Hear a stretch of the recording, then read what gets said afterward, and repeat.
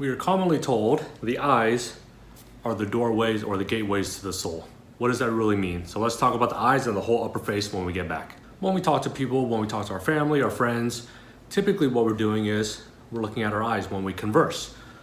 And I think because of that, that's one of the beginning places that shows the aging process. So when you look at someone's eyes, if everything is low, if everything is long, it always makes them look tired and possibly even a little bit older than what they actually are. So let's talk about why our eyes start aging and then what are some of the things that we can do about it. During these weird times, the past 2 or 3 years, what happened? We were wearing masks the entire time. So evidently, all we did was look at our upper face. So when people had their mask on, all you saw was their eyes. So all the emotion, all the characteristics that you saw in a person were in their eyes. So no matter how old they were, it was hard to tell other than what their eyes looked like. So if you had falling brows, heavy lids, or long tear troughs, it made you look older and it made you look more tired than what you actually were. You guys have heard me talk about the aging process over and over, but just to repeat the process, what happens is we lose volume and we lose certain things as we age. So we lose bone, we lose fat, we lose collagen. By losing all those things, we lose the things that hold us up and we lose the volume that help hold us up.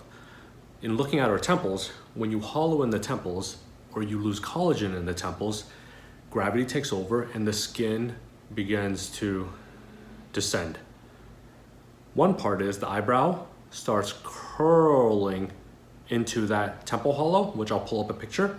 And if you lose collagen, that thick, tight skin that used to be held up, again, falls down due to gravity.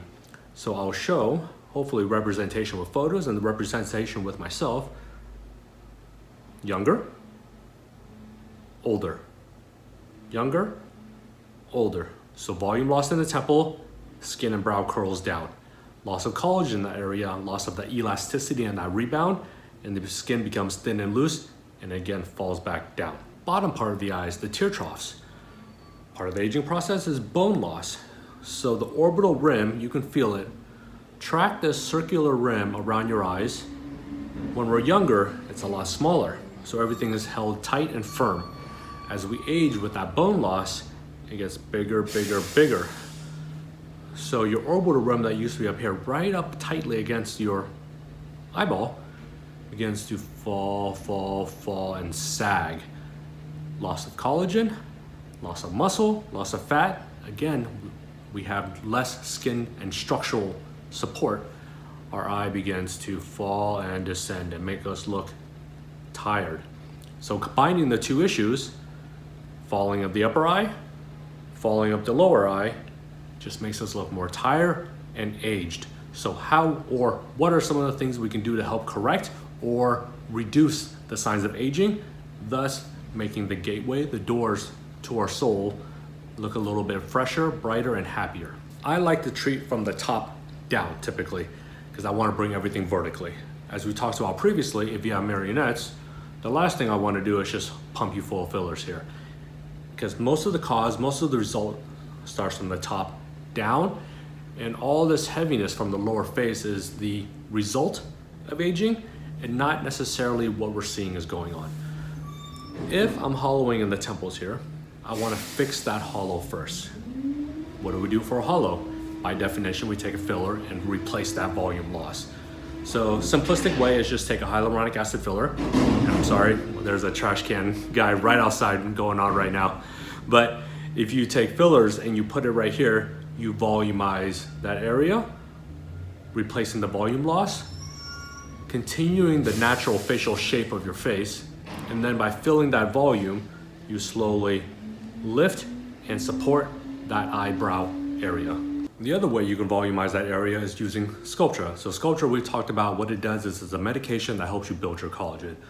Sculptra has the benefit of thickening the collagen in the area, but the converse side to it is hyaluronic acid filler gives you instant gratification by volumizing the area. Sculptra is going to be a building process. So you're going to do it roughly once a month for about 3 months to help volumize that area.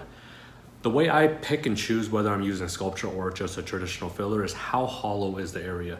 If you have a severe deficit, then I prefer just to take some fillers and volumize the area, and then we can work on collagen another way. Now the last part is, if you don't have a hollow, but if you have laxity due to aging and collagen loss, is how do we just pick up this area? And when we pick up the brows, you're only looking about 1 or 2 millimeters, because you pick it up too much, you look surprised.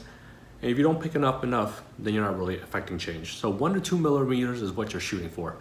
So the process I like is PDO Threads. So PDO Threads does 2 things for me. 1, I can physically pick up the eyebrow area, and then also I can also help produce collagen throughout this entire temple region as well with PDO Threads. So check out our other PDO Thread videos on how I do brows, but those are the 2 ways to help support and correct the upper face and the temples. So replace the volume, physically lift, and build collagen all at the same time. Now lastly, we picked up the top.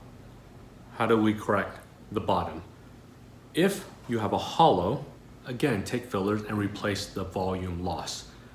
Men typically have tear troughs, or that's one of their aging places. That's one of the places I show age as well. So you can look at me. There's these 2 little triangles underneath my eyes. Those are called tear troughs. You exaggerate that situation, longer, and our eye just looks tired all the time.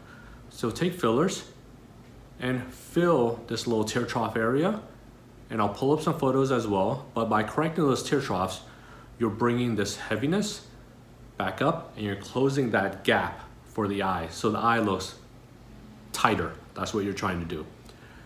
Fat loss, genetics, aging, bone loss all make our lower face tired. One of the most difficult things to treat is the lid wrinkles underneath this area, because it's a very thin area. It's some of the thinnest skin you have on your body. Second part is it's not always caused by the eye itself, and this is what I mean. People will ask me to Botox all the way underneath here. Botox here, fantastic. We can reduce the wrinkles on the crow's feet. Underneath here, what happens is, if you hollow, every time you smile, your cheek pushes up against that thin skin and it causes the wrinkle. So it's not actually the eye that's causing the wrinkle, but it's animation from the cheek pushing up against the eye. So there's not really a treatment where we can limit the cheek pushing up against the eye unless I just tell you stop moving, stop smiling. I guess that is essentially the fix if you just stop animating. But realistically, that's not gonna work for us. So what you can do is try to thicken the skin, improve the skin quality of it, and improve the collagen. So now when you smile, if you have thicker skin in that area, it won't crumple like a thin piece of paper. Now you can use PRP, you can use PRF, you can use lasers, and you can also lastly put some PDO threads right underneath the eyes. Whatever the philosophy is, whatever treatment option you choose, the end goal is how do we thicken that thin skin to make it thicker and the tissue quality is better. So now when you smile, it doesn't crumple. And that's it. That's a quick review on why our eyes are so important. And when we look at ourselves in the mirror, why do we always say our eyes look tired, our lids look heavy, and we just look older than what we actually are? Because typically when we look at ourselves and typically when we speak to people, it's all about eye contact. So the eyes really represent how we look, and sometimes it helps us judge on how we think people feel as well. If someone always looks tired, we're like, man, they're not getting enough sleep, they're working too much, they're just looking a little bit older. So that's why we always try to treat from the top down and how we make ourselves look younger, fresher, and brighter.